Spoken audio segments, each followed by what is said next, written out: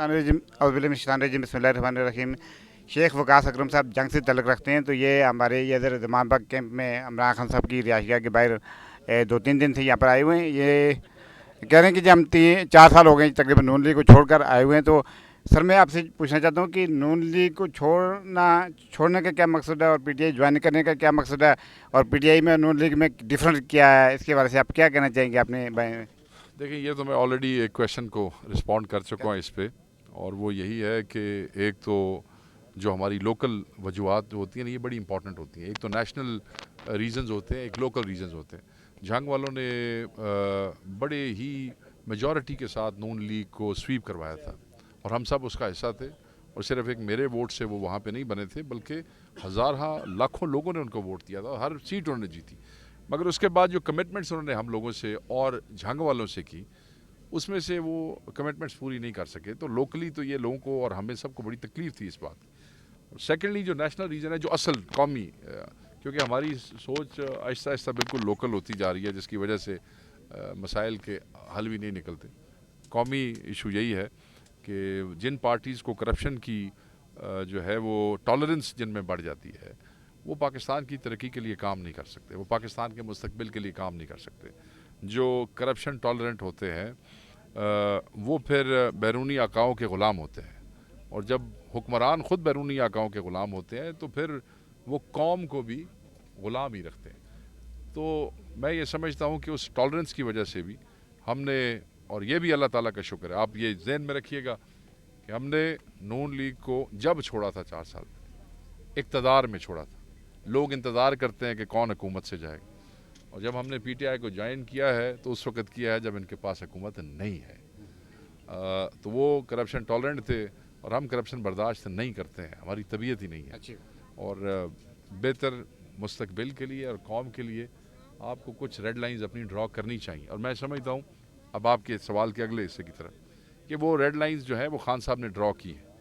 मैं ये नहीं कहता कि पीटीआई के दौर में बिल्कुल हर चीज़ 100% हो गई थी या करप्शन को रोका गया था, मगर ये ज़रूर है कि वो रेड लाइंस वहाँ पे थी, और वो चाहते थे कि ये रुके। और अल्लाह ताला जब दोबारा मौका देगा तो इंशाअल्लाह ताला उन रेड लाइंस के ऊपर हम पूरी तरीके से अमल करेंगे। शेख साहब एक और जो सवाल करना चाहता हूँ कि आपने खान साहब की मुलाकात की ज्वाइन करने के लिए, या खान साहब ने आपको ऑफ़र की थी? देखें, खान साहब ने मुझे फ़ोन किया। पहले हमने आज से 5-6 महीने पहले, ये तमाम बच्चे यहाँ पे मौजूद हैं, खान साहब के कैंडिडेट थे, मैं पीटीआई में शामिल नहीं था, जिनका नाम नवाज़ भरवाना था। उसके लिए पार्टी ने मुझसे सपोर्ट तलब की। मेरे दोस्त मेरे पास आए, और सबसे बढ़ के पीर कासिम सियालवी साहब ने जो है उनकी निस्बत से उन्होंने मुझे कहा कि हमने इस दफ़ा पीटीआई की सपोर्ट करनी है। उनकी इस बात के बाद मुझे खान साहब का फ़ोन आया, और मैंने बिल्कुल उन्हें बताया कि कासिम साहब का हुक्म है, और आपसे मेरा एक पुराना रिश्ता है, तो ये वोट आपका ही है और आपको देंगे। यहाँ पे तो लोग शर्तें टिकटों की रखते हैं और पता नहीं क्या क्या मामलात रखते हैं, मगर हमने किसी शर्त के बगैर भी वो इलेक्शन लड़ा। उसमें वोट, सपोर्ट, हिम्मत, जो कुछ हो सकता था हमने, अल्लाह ने हमें वहाँ पे सबको कामयाबी दी, तमाम लोगों को। तो वो पीटीआई में शामिल होने से पहले ही हम जो है वो पीटीआई के दोस्त भी साबित हुए, और उनको हमने सपोर्ट भी किया। अब मुझे अगले दिन खान साहब ने फ़ोन किया, उन्होंने कहा भाई तुम आ जाओ आगे। बहुत ज़बरदस्त जी, बहुत शुक्रिया जी। सर ये मेरे ख्याल से आपने सवाल के जवाब भी दे दिए, लेकिन एक और सवाल मैं आपसे करना चाहता हूँ कि खान साहब तो एक बड़े लेवल के लीडर हैं, उनकी सोच बहुत ज़बरदस्त है। तो आपसे ये कहना चाहता हूँ कि आपने खान साहब में क्या देखा है वैसे अपने हिसाब से? जवाब ही मैंने पहले दे दिया आपको कि खान साहब जो है वो करप्शन टॉलरेंट नहीं है, और at least he has a vision जो कि उन्होंने इन बच्चों के साथ शेयर किया है, और ये बच्चे उस विजन के ऊपर चलते हुए अपने लिए और इस मुल्क के लिए कुछ करना चाहते हैं। So party without vision is basically nonsense. मैंने ये सुना है सर, यहाँ पर जितने भी इस तरह के टाइप के जो लोग यहाँ पर बैठे हुए हैं और टिकट के चक्कर में बैठे हैं, ये ज़्यादातर अफवाह फैली हुई है या सोशल मीडिया पर और वैसे भी मीडिया पे। आप बुरा ना समझें इस बात को। देखें, हमारी कौम को एक बीमारी है कि हम हर चीज़ में से कोई साजिश और बुराई, ये सब इंसान हैं जो यहाँ बैठे हुए हैं। अगर कोई इस वजह से भी बैठा हुआ है तो वो खान से तवक्को लगा के बैठा हुआ, क्या होगा? آپ کی پارٹی کے لیے کام کر رہا ہے تو کیا ہو گیا، اس میں کون سی بری بات ہے؟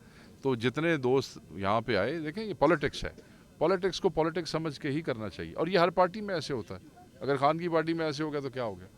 اگر ایک ٹکٹ کے ایک حلقے میں 10 ایسپیرنٹس ہیں، 10 بندے چاہتے ہیں، اور جب تک وہ ٹکٹ ان کو حاصل نہیں ہو جاتی سارے، تو کہڑی بڑی گل کرن دیو، سارے کام کرنے سارے میں کرن دیو، پارٹی دا فائدہ نقصان کیڑا جی؟ ہاں، اس میں کوئی بری، اس کو برا سمجھے بھی نہ۔ میں نے کل دیکھا یہاں پہ ایک دو جگہوں پہ مجھے لوگ اجی ہوا وے کے ٹکٹ واسطے گئے، اس میں کوئی شرم کی بات نہیں۔ شرم کی بات تو ان لوگوں کے لیے ہے جن کے پاس ٹکٹیں بھی تھیں، جنہوں نے 4 سال اقتدار بھی انجوائے کیا، اور آج وہ صرف ایک گاڑی میں اترتے ہیں، 2 ڈرائیوروں کے ساتھ مجمع میں گھستے ہیں، وہ مجمع اپنا سمجھ کے پیچھے تصویریں کھنچا کے لوگوں کو الو بنا کے دوڑ جاتے ہیں۔ شرم کا مقام ان کے لیے ہے جو بیچارے 8 کھڑے ہیں اور وہ جینولی محنت کر رہے ہیں، انہیں کرن دیو محنت۔ ہاں ہاں، بہت شکریہ جی شیخ صاحب، آپ نے ٹائم دیا، بہت شکریہ، تھینک یو نوازش۔